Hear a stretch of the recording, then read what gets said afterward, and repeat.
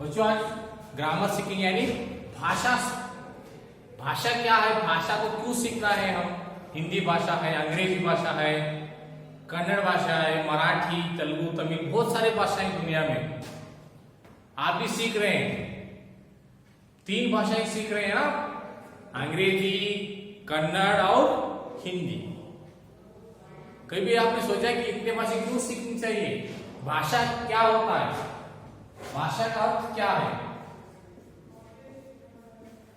भाषा यानी क्या है?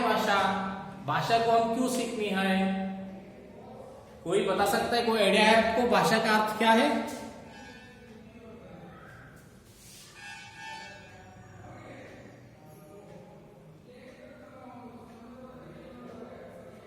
भाषा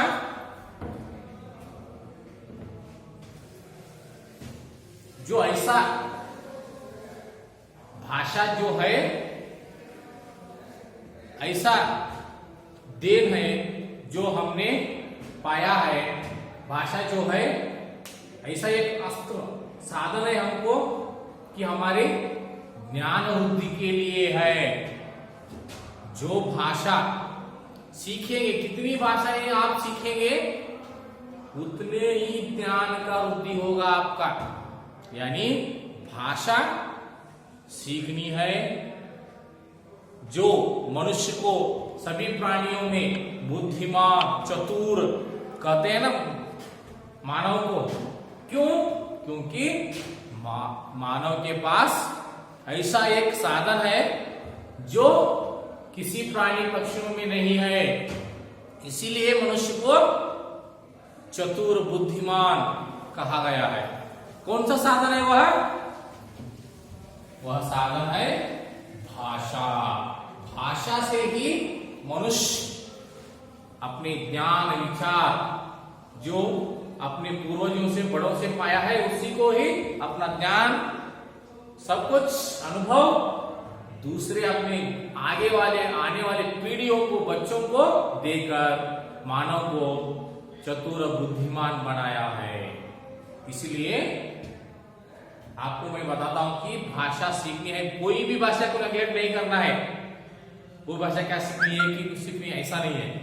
क्यों सीखनी है आपको भाषा?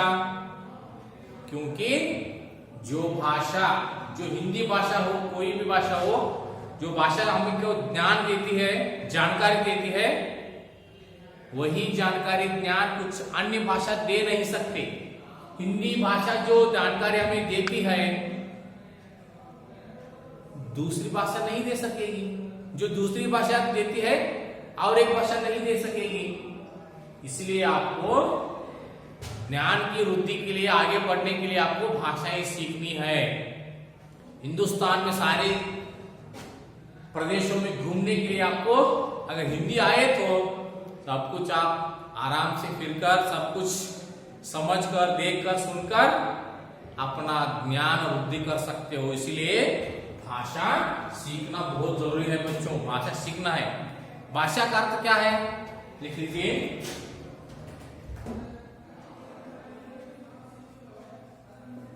हमारी इच्छा, अभिप्राय और भावनाओं को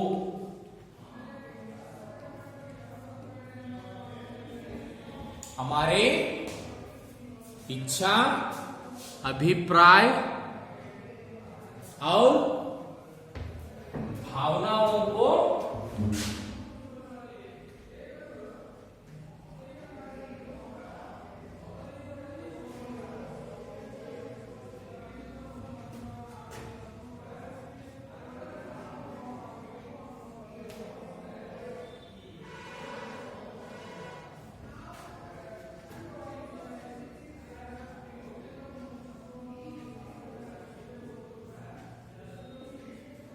देखिए, भाषा किसे कहते हैं हम?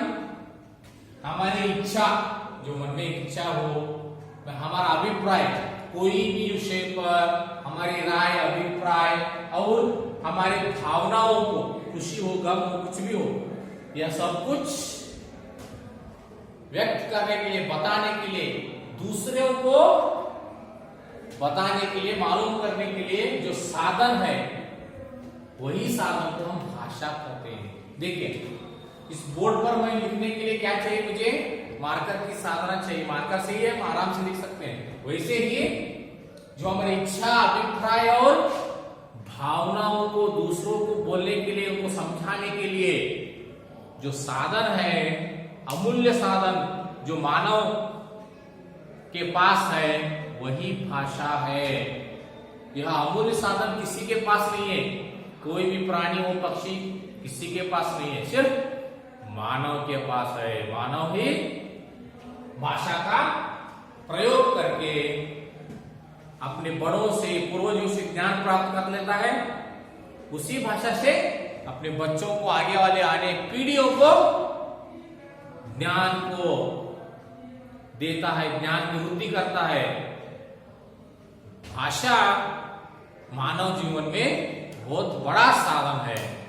भाषा से ही हम ज्ञान प्राप्त कर सकते हैं। सिर्फ भाषा को सिर्फ इच्छा, अभिप्राय, भावनाओं को व्यक्त करना, इतने के लिए हम भाषा को प्रयोग करते हैं और कुछ लिए नहीं। बाहर जाएंगे, आप बाजार में जाएंगे, आपको कुछ लेना है, वस्तुएं लेना है, कुछ खाने के सामान लेने हैं, तब क्या करेंगे? मुझे वह चाहिए, वह यह चाहिए, मुझे कलम चाहिए, पुस्तक चाहिए, मुझे गोभी मंचूरियन चाहिए, पानी पूरी चाहिए, बताते हैं ना। तब आपकी भावना काम नहीं आती। तब आप क्या करते हैं? आप उनके साथ व्यवहार करते हैं ना। व्यवहार के अनुकूल के लिए भी जो साधन है, उसी को भी भाषा कहते हैं। और एक बात लिखिए, दूसरा वाक्य जो भाषा के लिए है,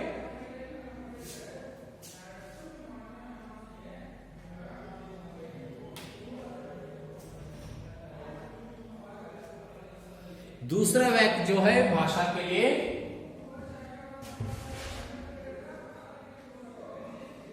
व्यवहार के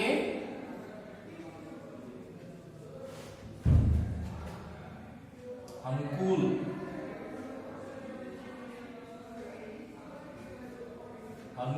के लिए रहने वाले साधन को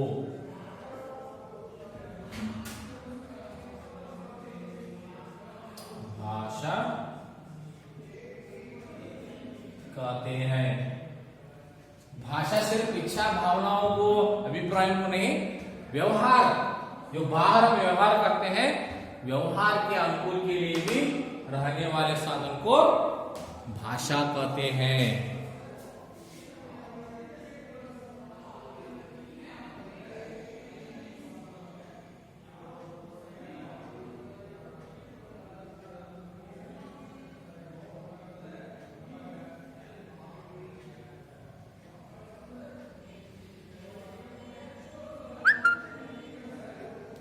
सुना है बच्चों? आप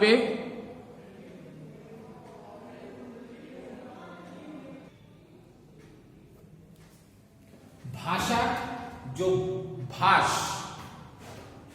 यानी बोलना, जो भाषा मुंह से बोला जाता है, सुनने को भाषा कहते हैं। भाषा के लिखित रूप को ही हम लिपि कहते हैं। लिपि यानी अक्षर। भाषा के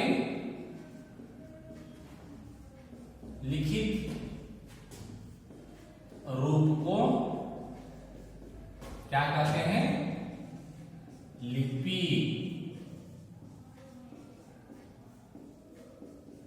लिपि यानी जो भाषा होती है, हिंदी भाषा, अंग्रेजी भाषा, कन्नड़ भाषा, उस भाषा के लिखित रूप को, जो एक एक भाषा अपनी ही लिपि, अक्षर है, उसी को ही हम लिपि कहते हैं। हिंदी भाषा की लिपि को क्या कहते हैं?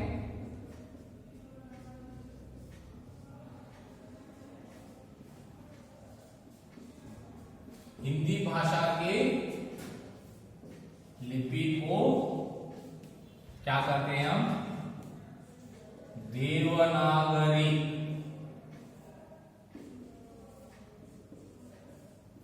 लिपि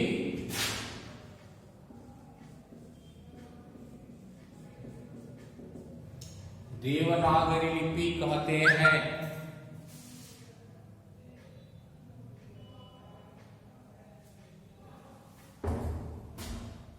देवनागरी यानी देवलोक स्वर्गलोक में जो पुष्प सुंदर पुष्प होता है, पुष्प का नाम देवनागरी है।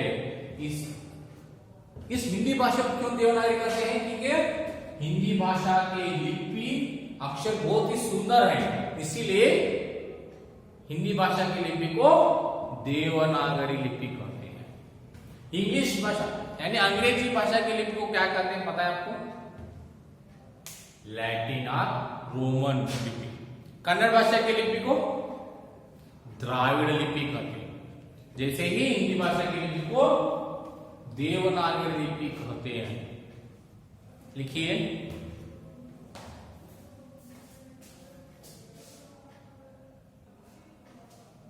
देखिए कुछ भाषा पंडित मिलकर संवाद करने लगे कि कुछ भाषा पंडित, एक समूह जो भाषा पंडित का समूह था वह कहने लगे कि भाषा देव भगवान का देन है, इसको मानव नहीं निर्माण किया। मगर कुछ भाषा पंडित थे अलग से, वह कहने लगे कि नहीं, भाषा भगवान की देन नहीं, यह क्या है?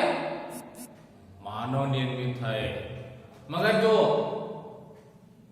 भाषा भगवान की देन है, मानने वाले मानने के लिए तैयार ही नहीं हुए कि वह मानव निर्मित है। और वह कहने लगे कि आप सिद्ध करके दिखाइए, प्रमाणित कीजिए, ऐसे कैसे मानेंगे हम? कोई भी बात कहने के लिए उसको प्रमाणित करना होता है, सिद्ध करना पड़ता है। अगर मैं कहूं तो मैं यहां से उड़ता हूं, कोई भी नहीं मानेगा। इसीलिए भाषा भगवान की देन नहीं है, यह मानव निर्मित है, ऐसा आप सिद्ध कीजिए कहकर भाषा पंडित, कुछ भाषा पंडितों ने दूसरे भाषा पंडितों को चैलेंज किया। उन्होंने सोचने लगे कि कैसे हम सिद्ध करें। सोचते सोचते उनको एक अच्छा सा उपाय सूझा कि भाषा मानव निर्मित सिद्ध करने के लिए उनको उपाय सोचा। कौन सा उपाय था वो? उन्होंने क्या किया? जुड़वा बच्चों को ले लिया। जुड़वा यानी ट्विंस, अवलिक जोड़ी, जो नवजात पैदा हुए जुड़वा बच्चों को लेकर एक बच्चों को क्या किया? उन्होंने एक बच्चे को माँ बाप को सौंपकर, जो हम पले बड़े हैं, हमारा पालन पोषण कैसे हुआ है, हमारे नानी नाना, माता पिता, दादा दादी, चाचा चाची, बड़े सब मिलकर हमारी परवरिश किए, पालन पोषण किए हैं। वैसे ही पहले जुड़वा बच्चों से पहले बच्चों को उन्होंने क्या किया? अपने घर में, परिवार में पालन पोषण करने के लिए उसको छोड़ दिया।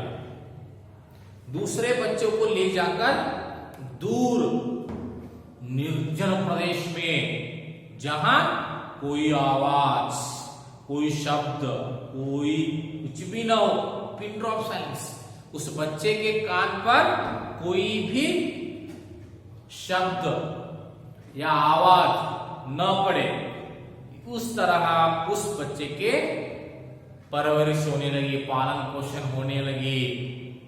बहुत ही नियम से वह बच्चा कुछ भी ना सुने, उस तरह उस बच्चे का पालन पोषण करने लगे। दोनों बड़े होने लगे, एक घर में बड़ा हुआ, एक दूर प्रदेश में, निर्जन प्रदेश में, जो आवाज ही नहीं है, शब्द ही नहीं है, वह कुछ भी नहीं सुना। ऐसे दोनों बड़े हुए। कुछ वर्ष के बाद दोनों बच्चों को लाया गया और सभी भाषा पंडित आकर बैठ गए। तब जो पहला बच्चा था, माँ बाप के पास पला बड़ा था, वह भाषा पंडित जो पूछ रहे थे तुम्हारा नाम क्या है, तुम्हारे पिता का नाम, तुम क्या करते हो, कहां से हो, सब कुछ वह पट पट पट पट बोलने लगा। जैसे हम बोलते हैं ना वैसे ही वह बोलने लगा। मगर जो दूसरा बच्चा है जो दूर प्रदेश में, निर्जन प्रदेश में बिना कुछ भी सुने, कुछ बिना बोले पला बढ़ाता, वह चुप ऐसे ही रहा था। उसे कुछ भी पूछे थे वह कुछ भी समझ में नहीं आ रहा था। पहली बार वह सुन रहा था, वह शब्द, भाषा, आवाज पहली बार सुनते वह दंग रह गया। और अगर उसे कुछ चाहिए तो वह सूचना करने लगा, मुझे खाना चाहिए, मुझे पीना चाहिए, मैं जाना चाहता हूं।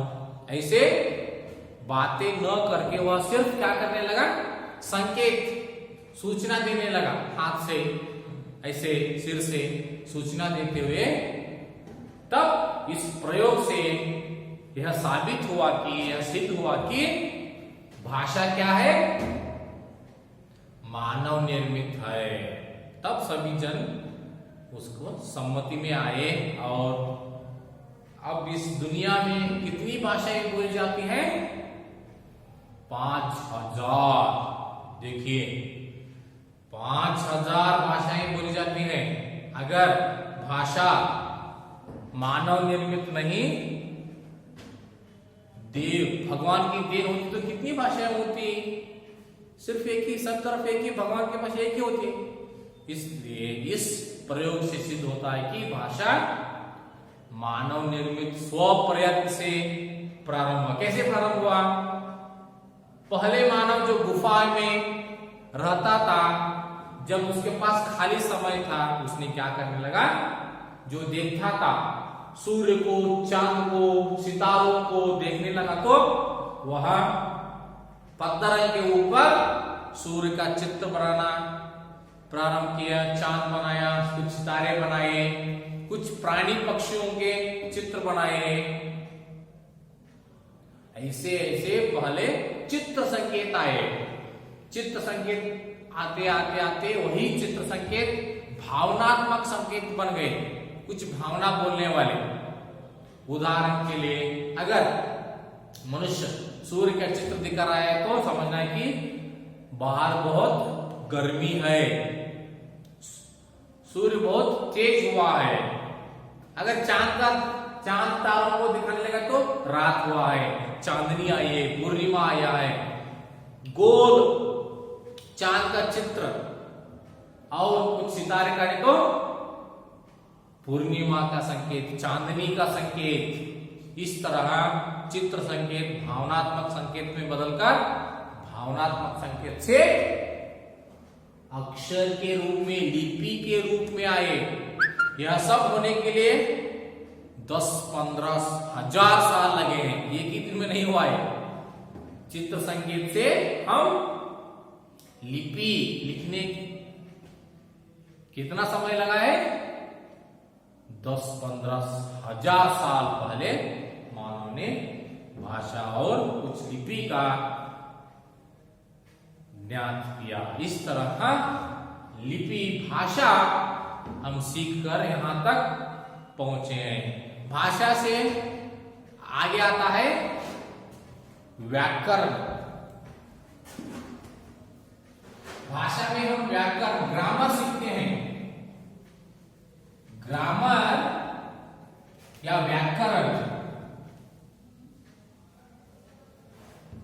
भाषा के लिए व्याकरण बहुत ही महत्वपूर्ण है।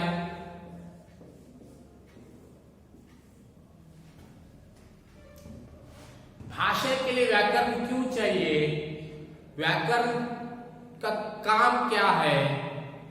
देखिए, आप सोचिए कि आप प्रवास गए हैं कहीं भी, उत्तर भारत हो या दक्षिण भारत, जहां जहां जाते हैं आप अच्छी तरह फोटो खिंचवाते हैं, वहां रहते हैं, फोटो खींचकर 2 मिनट में आपको प्रिंट देंगे।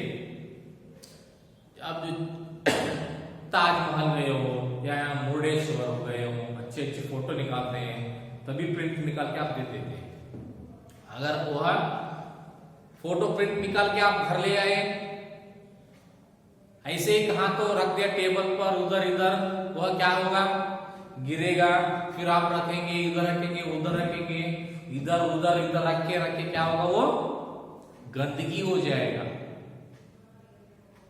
अच्छा नहीं लगेगा, कुछ दिनों के बाद फट जाएगा।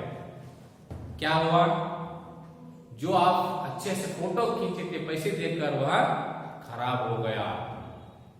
अगर वही फोटो को आप लेकर लैमिनेशन करके कट मार के कहीं लगाया तो बरसों तक वह लैमिनेशन और वो जो फ्रेम उस फोटो को सुंदर सा बनाएगा, नया जैसा ही बनाएगा।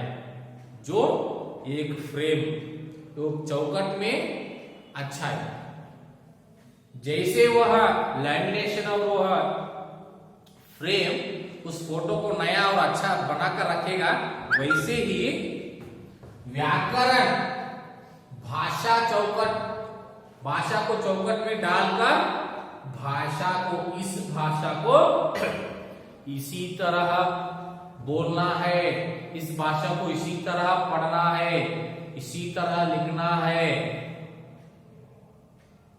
जो नियमबद्ध नियमों को, भाषा को नियम डालेगा तो भाषा वह सालों साल चलेगी। सब कुछ, सभी लोग उस भाषा को सही तरीके से जो व्याकरण के चौखट में नियमों के साथ भाषा सीखेंगे, वह भाषा बहुत दिनों तक बहुत लोग बोलेंगे। अगर भाषा को व्याकरण का चौखट नहीं है, नियम नहीं है, तो कैसे आप इधर उधर सटके हुआ आपका फोटो खराब हो गया। वैसे ही भाषा सभी लोग अपनी मर्जी से बोलकर इस्तेमाल करके वह उस भाषा को नष्ट कर देंगे। अगर भाषा बचनी है, भाषा वृद्धि होनी है, बहुत सारे लोग भाषा को सही तरीके से उपयोग करने हैं, तो उस भाषा को व्याकरण की जरूरत बहुत होती है।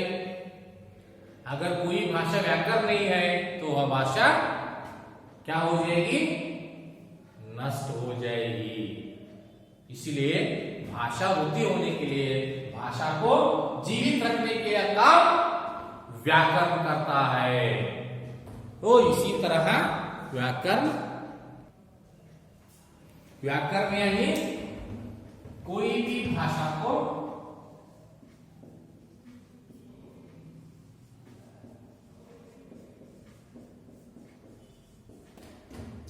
बोलने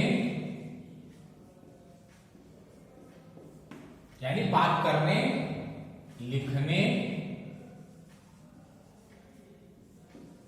और पढ़ने की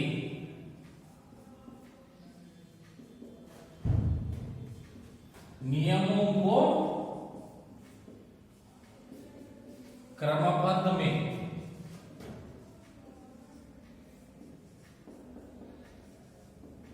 बताने वाले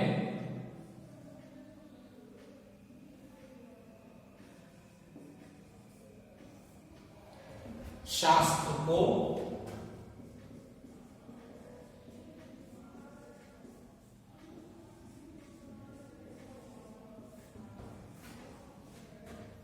व्याकरण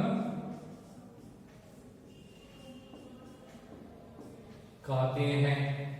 व्याकरण ग्रामर का काम क्या है, कोई भी भाषा हो उस भाषा को बोलने या बात करने वाले, लिखने, पढ़ने के नियमों को क्रमबद्ध में बताने वाले, सिस्टमेटिक सही तरीके में बताने वाले शास्त्र, ये पूरी व्याकरण यानी है नियमबद्ध शास्त्र है, नियम पालन करने वाला शास्त्र हो व्याकरण कहते हैं। व्याकरण अपने ही फ्रेम चौखट में रहकर नियमबद्ध क्रमबद्ध से भाषा को सीखना पड़ता है। व्याकरण एक शास्त्र, नियमबद्ध क्रमबद्ध शास्त्र है जो हम भाषा सीखने में बहुत सारी मदद करती है। लिखिए बच्चों इसको आप।